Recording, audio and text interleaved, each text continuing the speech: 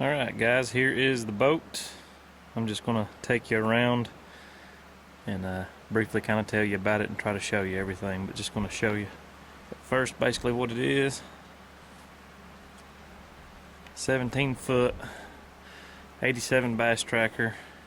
On each side right now I've got three 120 volt floodlights above it, 32-inch light bar, 12 volt, and on the front we've got four 14-inch light bars, 12 volt. All the bars can be ran silent, and then we've got two metal halides, 100 watt right here and there, and that really helps as far as getting the light out front. The halides are going to do better than the LEDs. I don't care what anybody says, but you do have to deal with having a ballast box for your starters and everything and all of that. I'm gonna hop up on the boat here. Oh, and the deck, it looks rusty, but it's just clay mud from where the kids were on it the last time. 50 pound Minn Kota Endura troller, but the ballast box for the two metal halides is right there, just another storage compartment.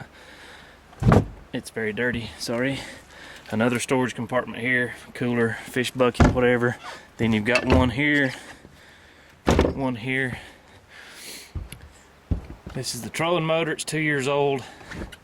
I knocked a little hole in it right here, so I just wrapped it up really good to make sure no moisture got into it. I've also got two other plugs that go in here. They will go out. They're 15 bucks a piece, but I've got two more on the boat, but I call Minn Kota, and they are kind of bad to go out on those evidently. So I've got two spares.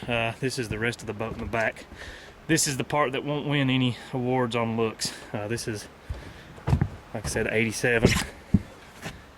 The console's nothing special. We replaced this right here. These two little compartments, they're getting a little dry rotted in the back. If I was going to keep the boat, you can see that the carpet's coming up. I was actually just going to kind of acid all that carpet off and just get it down to the bare. That's the one thing I would probably do. If you don't mind the looks, it doesn't matter. This is the generator. Not plugged it in or started it all day, but it usually starts. Not started it all day. I'm gonna lay the camera down. All right, it's on. All I gotta do is choke it.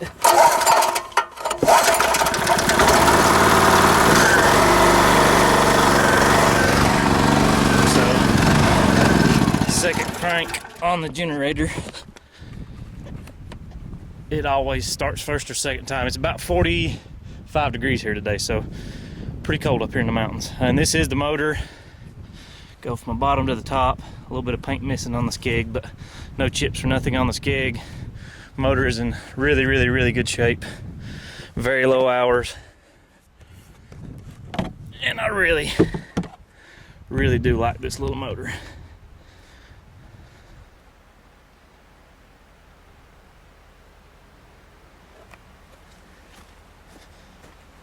But nothing at all as far as mechanically wrong with this motor at all.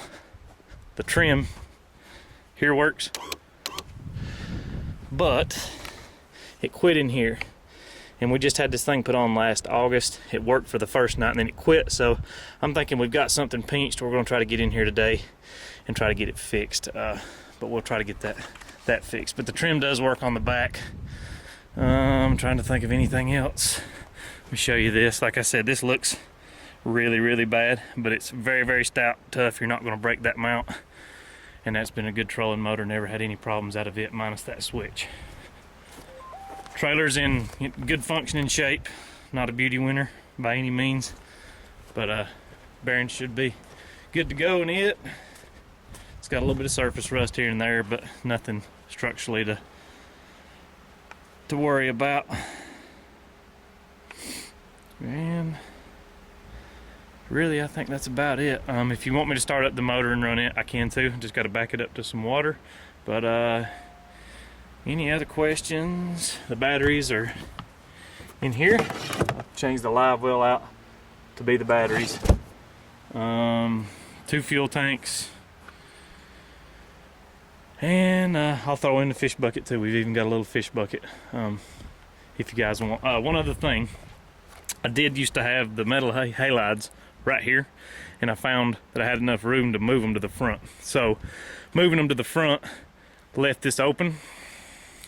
There's already wires ran to right here. This is them cut off on each side. Now the light's connected, you don't necessarily need them to fish at all, but if you were wanting to get any more light, you could put 2 more LEDs or 2 more whatever you want. Right here there's 2 120 lines already ran, already plugged up. So the only things that I would do anything with if the boat was going to continue to be mine, I might put 2 more lights on it. Probably would peel off this stuff just to make it look a little better if you're worried about looks at all. But functionality, everything else on it's been a great little boat. We've killed a pile of fish off of it.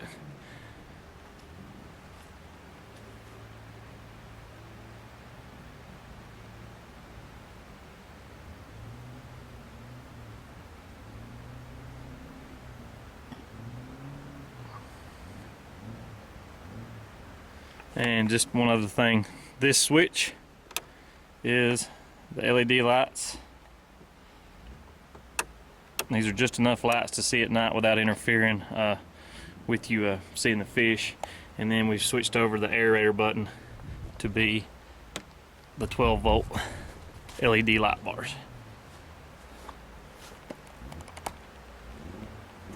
So you can see right now, you can roll in the coves with a pretty good bit of light, especially in clear water, and sneak in there and bust some fish. This is how we kill a lot of grass carp. Also, not sure how familiar you guys are with Power Max or you know, the converters or anything, but essentially that converter is underneath the console. It runs off the generator. It uses the batteries essentially as a capacitor, to my understanding. But long story short, with that converter running, you can run this trolling motor all night long, and the battery's not going to run down. So you don't have to worry about getting 2 hours on your trolling motor battery and switching out, or running out of power on your trolling motor. You can run it on 5 all night long with that converter, and that was a big difference for us when we started shooting tournaments, especially. Like I said, this boat shot tournaments. We've had it weighed down, 3 guys, plenty of fish. It carries it, especially now with this new motor. It will haul. It'll hold more weight than you should put in it, that's for sure.